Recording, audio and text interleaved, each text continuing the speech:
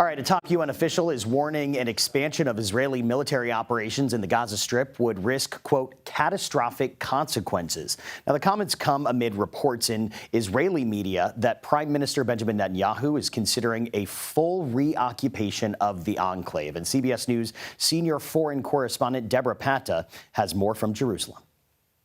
Israeli Prime Minister Benjamin Netanyahu wants the IDF to seize complete control of Gaza, which would involve the forced removal of the entire Palestinian population of more than 2 million to humanitarian zones. But there are tensions with the IDF's top brass, who are reportedly opposed to a full-scale takeover, fearing it could endanger the lives of the 20 living hostages still in captivity. Now, a final decision will be made by the end of the week. Palestinians, however, say they continue to live in conditions that are inhuman. Look at this footage filmed by our team on the ground yesterday, a snapshot of daily life after an Israeli strike hit a UN center where people had been sheltering. They fled the area after being warned of the hit and returned to find devastation upon existing devastation in their makeshift shelters amid the rubble and ruin.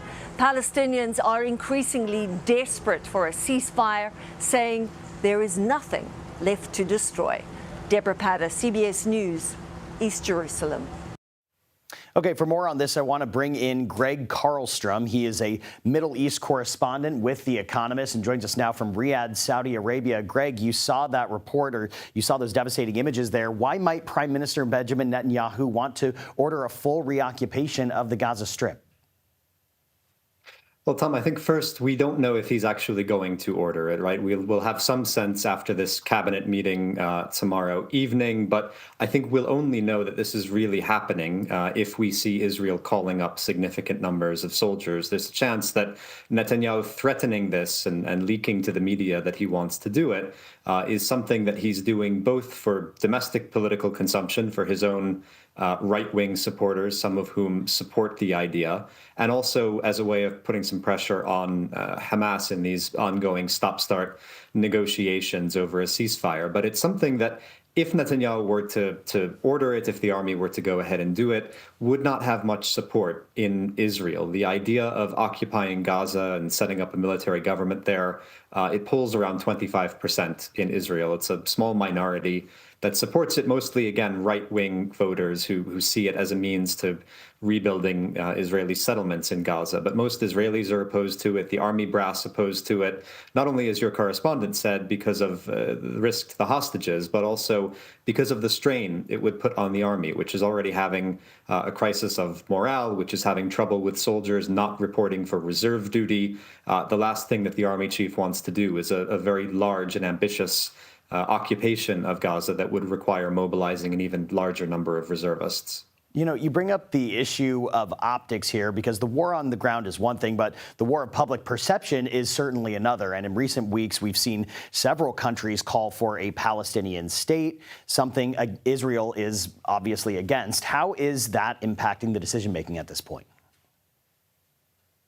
It's a symbolic decision so far. We'll know in September if all of these countries are indeed going to recognize Palestine. France has promised to do it at the UN General Assembly next month. Britain and Canada have both said they'll do it, but with conditions. Britain is using it as a threat to try to extort some or extract some concessions from Israel. Canada using it as a means of pressure on the Palestinians. So we don't know if they're actually going to follow through next month. And even if they do, I think the question is, then what? You know, you recognize Palestine, that doesn't fundamentally change the realities on the ground. Are you then prepared to take steps to try to pressure Israel to end the occupation, to come back to negotiations with the Palestinians?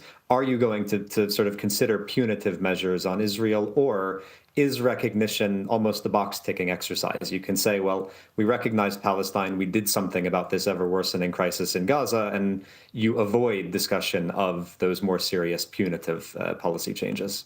Gregg Carlstrom with some really important analysis on a very, very important news story. Greg, we appreciate your time. Thank you.